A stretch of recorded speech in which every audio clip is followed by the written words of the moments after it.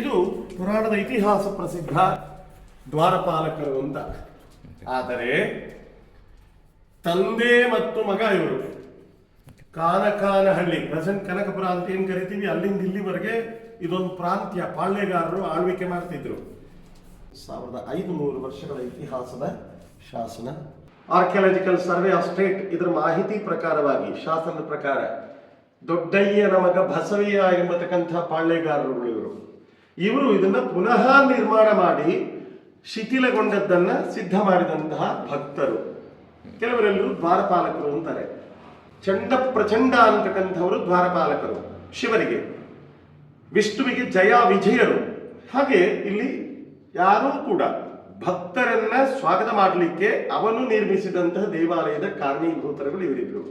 ನನ್ನ ಮುಂದೆ ಒಂದು ಬಸವಣ್ಣ, ನಂದಿ ಮುಖೇನ ಶಿವ ದರ್ಶನಂ, ಈಗ ನೋಡ್ಬೇಕು ಅಂತ ಕಷ್ಟಪಟ್ಟು ಶಿವನನ್ನು ನೋಡ್ಬೇಕು, ಲೈಕ್ ದಿಸ್. ಶೃಂಗ ದರ್ಶನಂ, ಶೃಂಗ ಇನ್ ದ ಸೆನ್ಸ್ ಕೋಡುಗಳು. ಅದರ ಮುಖಾಂತರ ಶಿವನನ್ನ ಪಾದದಲ್ಲಿ ನೋಡಿ, ಎದೆಯನ್ನು ನೋಡಿ, ಆಮೇಲೆ ಹಣೆ ಭಾಗವನ್ನು ನೋಡಿ ಮುಖ ನೋಡ್ಬೇಕಂತ ಹೇಳುತ್ತೆ. ಎಷ್ಟು ಕಷ್ಟ.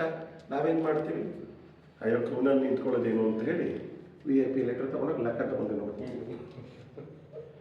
ದರ್ಶನಂ ದೇವಕಿ ಸಂಪನ್ನ ಸ್ಪರ್ಶನೇ ತ್ಯಾಂಚಿತ ಫಲಃ. ಕಷ್ಟಪಟ್ಟು ಹೋಗ್ಬೇಕಂತೆ. ಅದಕ್ಕೆ ನೋಡಿ ಪೂರ್ವಿಕರೆಲ್ಲ ಯಾತ್ರೆ ಮಾಡೋದು ಎಷ್ಟು ಕಷ್ಟ ಮಾಡ್ತಿದ್ರು. ಸುಲಭೋಪಾಯ, ಫಲ ಇಲ್ಲ. ಹಾಗಾಗಿ ಇವನ ದರ್ಶನವನ್ನ ವೃಷಭದ ಮುಖಾಂತರವಾಗಿ ನಾವು ನೋಡಬೇಕು.